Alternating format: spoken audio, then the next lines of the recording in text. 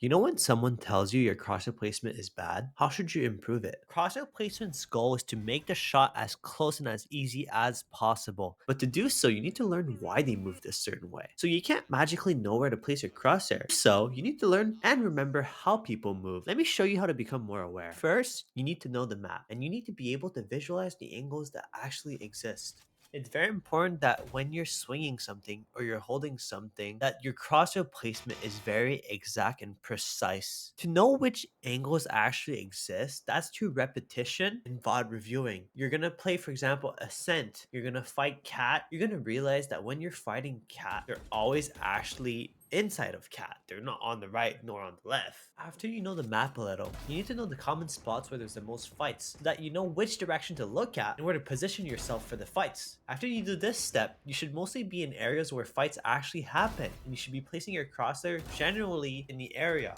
If we actually pay attention to the clip, we saw that there's a spawn long and there's a spawn lobby. If we play in between these two spawns, we can both fight lobby and long in two intervals, which means we're always aware and we're always practicing at a good spot. Always pay attention to the spawns and the path people take to go take fights in DM, and always be in between or at those general spots and you will always get fights.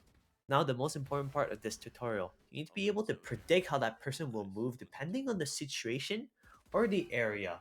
At this point, you need to be thinking of the person as if it's you. If you were in their position, what would you do usually? There's really three answers for this generally. If you know there's no one in the area, that's when your attention is at its lowest. So you usually W key or you wide swing everything. When you're half aware because you heard noise and you really want to be fast with your movement, however, you would most likely just run it down with a wide swing. Then, if you're worried about someone's positioning because you're kind of really sure someone is there, you would slowly clear the angle or you would be very cautious with how you swing. Now let's go into some more advanced stuff like positioning. You can play off angles and make it really unpredictable of where you are so they have a really hard time swinging you. If they actually exactly know of your positioning, they can swing you like a Ferrari.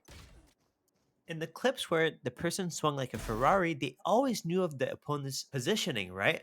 So what do you do? After they see you under jiggle, you should just move a little bit. Just moving that little will throw their aim off and force them to hit a harder shot, and it will make them overexpose more. That's all for the tips, guys. Once you guys become more aware, it's more about recognizing the patterns and always knowing that there's something that's going to happen at this exact time.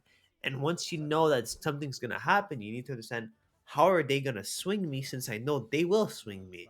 Do they know I'm there or not? And that will give you always an answer. There's always a pattern that you guys need to realize and do something about it. Hope you guys enjoyed the video. See y'all soon.